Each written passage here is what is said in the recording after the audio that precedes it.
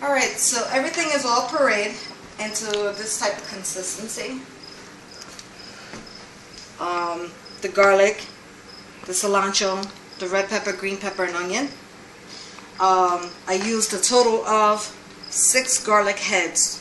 I did it the long way of peeling and decloving it because I want to put more love into my sofrito.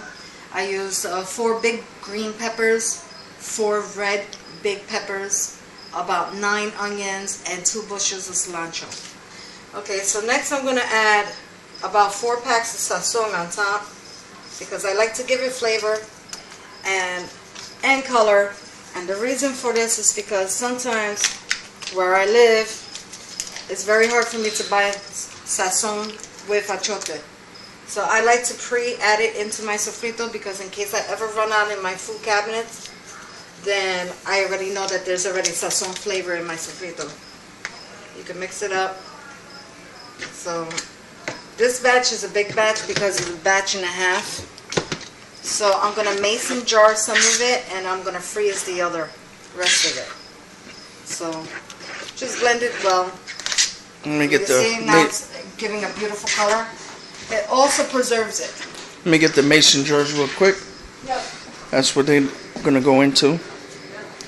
So just to let you know. Then I'm going to put black pepper because you could put a nice, like 2 tablespoons. There's a deep bowl. That's a lot of sofrito. Look how dark it's getting now. The look of it. It's red. It has black pepper in it. I smell the black pepper. Oh, woo! Now, when you find big chunks, like a big chunk of onion, that means that the food processor didn't blend it. So you just chuck it if you find big pieces. But this food processor is a very good food processor. It really pureed everything. Then I like to add extra garlic powder just for another extra garlic kick.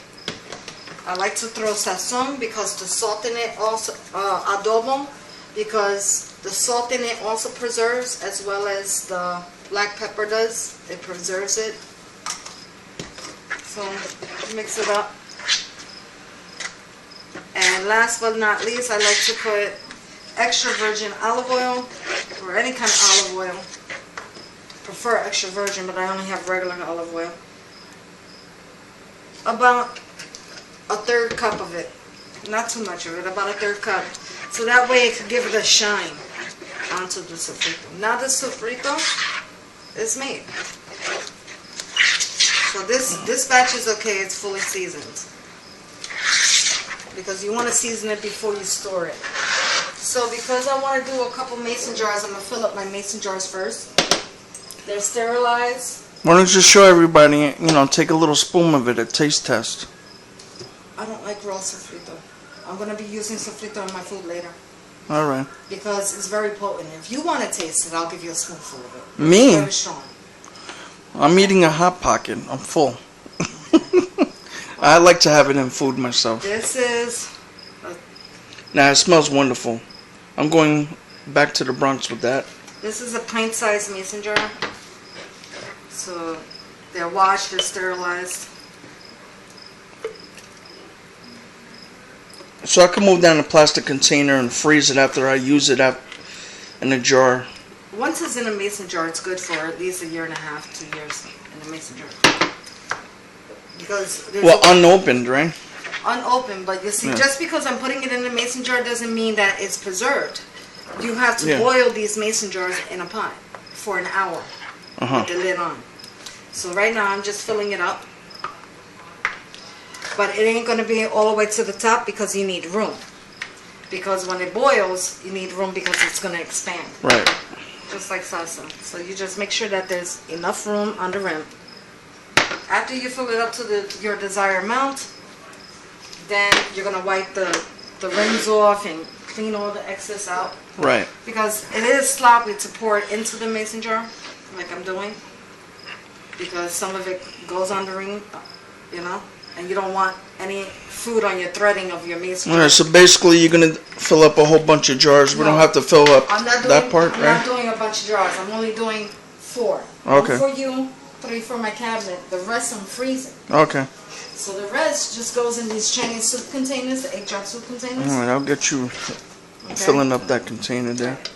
Now you see I just detected another red pepper lump right here. 2 more lumps. Right. So you just discard anything that's lumpy because it obviously missed the blade. But there is no more. So before I do that, I'm going to pour this. This is unseasoned sofrito with the seasoned sofrito because I got to season this batch right here. This is the second batch.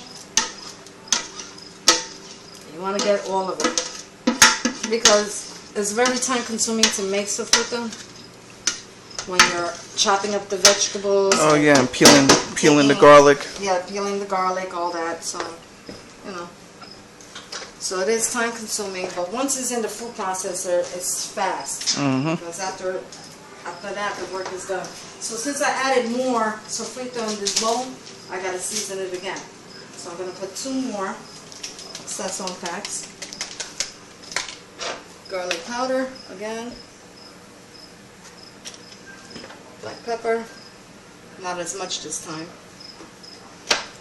Adobo. This is just to preserve the vegetables when they're frozen. And olive oil. Not too much this time, only because I already know there's some from the other batch that's in there. So I'm mixing this up again. Now it's nice and dark. You can see the cilantro leaves, the red peppers, the green garlic. Everything's in here now. For example, so people know, whoever's going to watch this, what would somebody use sofrito for? Well, when they're making rice and beans, Spanish rice and beans, they could use a whole tablespoon of it, you know. If you're seasoning meat, like pernil, pork shoulder, you could season your chicken with it, your steak with it, your pork with it. It's just an all-around seasoning, and it's full of flavor. It's really, really good. So, it's an all-around seasoning. I'm just trying to see if there's any chunks. Because you don't want big objects. Not that much, but, you know. Because you don't want it to be visible from your cooking. You just want to season your cooking. You don't want big objects of vegetables in your salad. So, like, what do you think all the ingredients cost altogether? A rough estimate. The 8 peppers, I bought it at Walmart.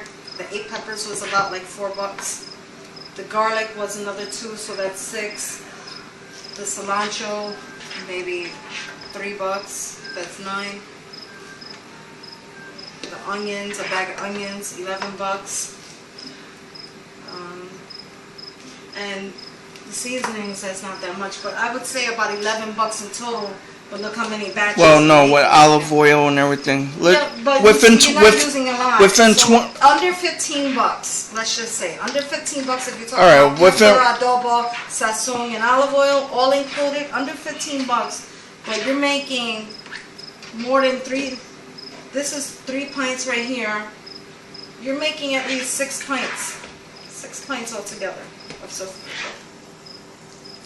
So, you know, but in the long run, it'll be worth it. So, let's see.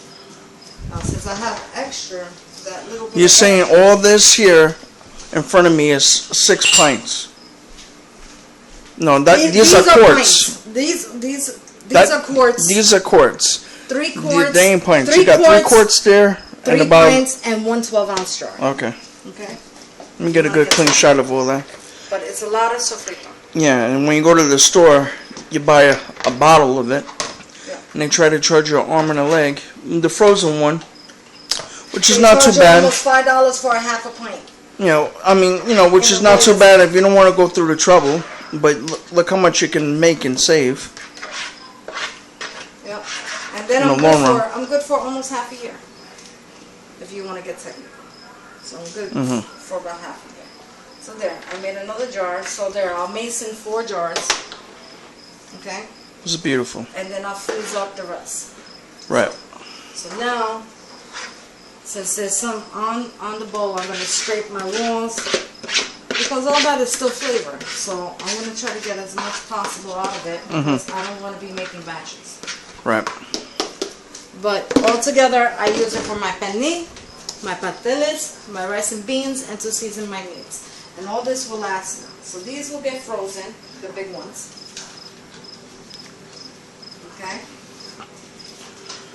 So... All made with love there, of Yep. course. And it's good to write the date of it also when you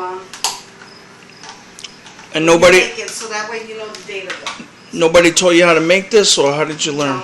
I learned when I bought the sofrito in the supermarket. I read the ingredients, and then I just eyeballed it from time and time again.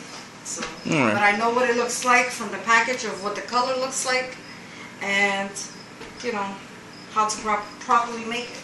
You know. So these I'm gonna wipe down. But my video is almost done, so I'll do a part 3 to the video. This is part 2 of boiling the mason jars of sofrito, so that way it's safely preserved. Because freezing it, that's the easy route, and then this way, if you want it on the shelf, if you don't want it frozen. So. And what's the purpose of freezing it? I mean, I'm boiling it. Boiling the mason jars? Yeah. It's because you want it airtight. When it's airtight, So it creates a vacuum. Right, it's a vacuum seal. You get it Right. airtight, and that way it doesn't bacteriate through time in your shelves. Gotcha. So you want it airtight like a store-bought bottle, you know? All right. So part 3 3. will come up with the mason jars, because I got to clean up the mason jars, but I'm going to put these in the freezer because they're done. So that's the ending of video part 2.